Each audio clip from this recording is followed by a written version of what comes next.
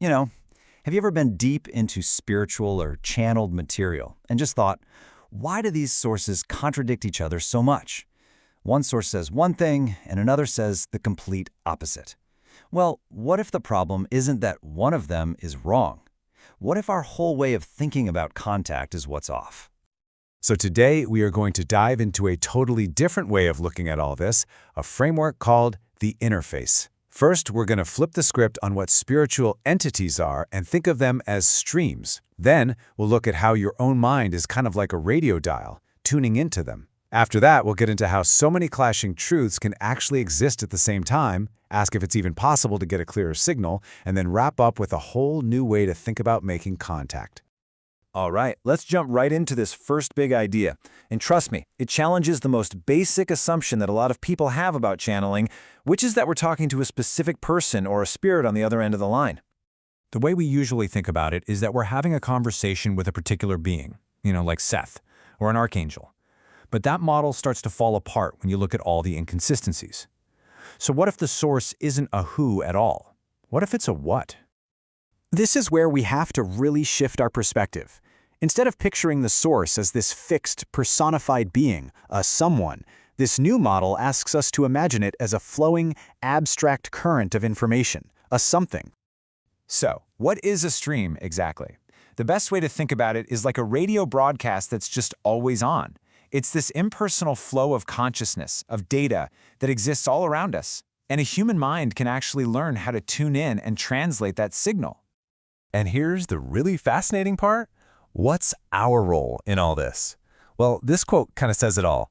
It's our own minds to do the heavy lifting of turning these abstract, flowing energies into personalities we can recognize. Why? Because it's just way easier for us to relate to a named character than to, an open field of pure energy.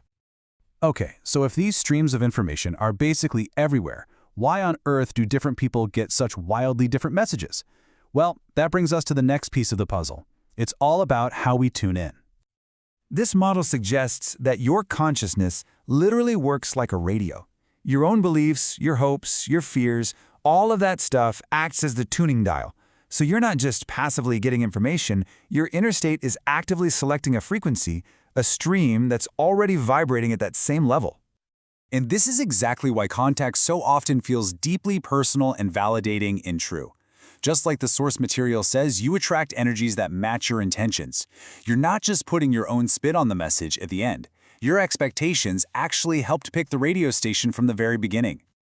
Now, this leads to a pretty huge implication.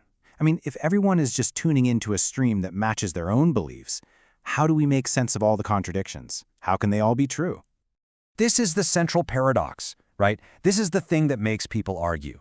You've got a mystic over here talking to angels, and a UFO researcher over there talking to Pleiadians. With our old way of thinking, one of them has to be wrong. It seems so obvious. But the answer this framework gives us is a simple and honestly a pretty profound no. They're not wrong. They are just describing different roads inside the same enormous landscape of consciousness. This is where we get this idea of a colored truth. What does that mean? It means the information is absolutely real and valid, but only within its own frequency band. It isn't the whole picture. The source calls it true and as perspective at the same time. Basically, it's a truth that's only visible from one particular angle, but from that angle, it's 100% real. Let's make this super concrete. Imagine one person tunes into a stream that shows them reality as a blue realm, and at the same time, someone else tunes into a crystal realm. They aren't contradicting each other, they're both giving perfectly accurate reports of two different, totally valid paths inside a much, much larger field of potential realities. So, if our own expectations are always tuning the dial and coloring the truth we get, that leads to a really important question, right? Can we ever get a clearer signal, a less biased one? And here's the real challenge. As long as we're human, with our own beliefs and hopes and fears, some level of coloring is probably unavoidable. In fact, it's the very mechanism that makes contact work in the first place. Which, of course, makes you wonder, are we stuck? Is a truly neutral viewpoint just a pipe dream? Well, not necessarily. The source actually suggests a path toward more neutral access. And it's not about trying to become a blank slate, which is impossible. It's a practice. First, you have to acknowledge and even express your expectations. Bring them out into the open. Then, you consciously work on loosening your grip, your attachment to any one truth or any one source. And finally, you have to cultivate a state of mind that is genuinely open to being surprised, even to being flat-out contradicted. So when you put all of these ideas together, you get this powerful, new way of thinking about contact. It shifts our entire focus away from just testing for truth and towards something way more practical and, honestly, more responsible. So here's the bottom line. The goal isn't to keep asking the old question, is this source the real one? Is it the highest and most true? This framework suggests an entirely new and I think much more powerful question. What is the effect of tuning into this stream? Does it lead to more freedom in your life? Does it expand your compassion? Does it make you more curious? At the end of the day, this whole framework suggests that the real measure of any spiritual information isn't its claim to absolute truth. The real test is in the fruits. What does it help create?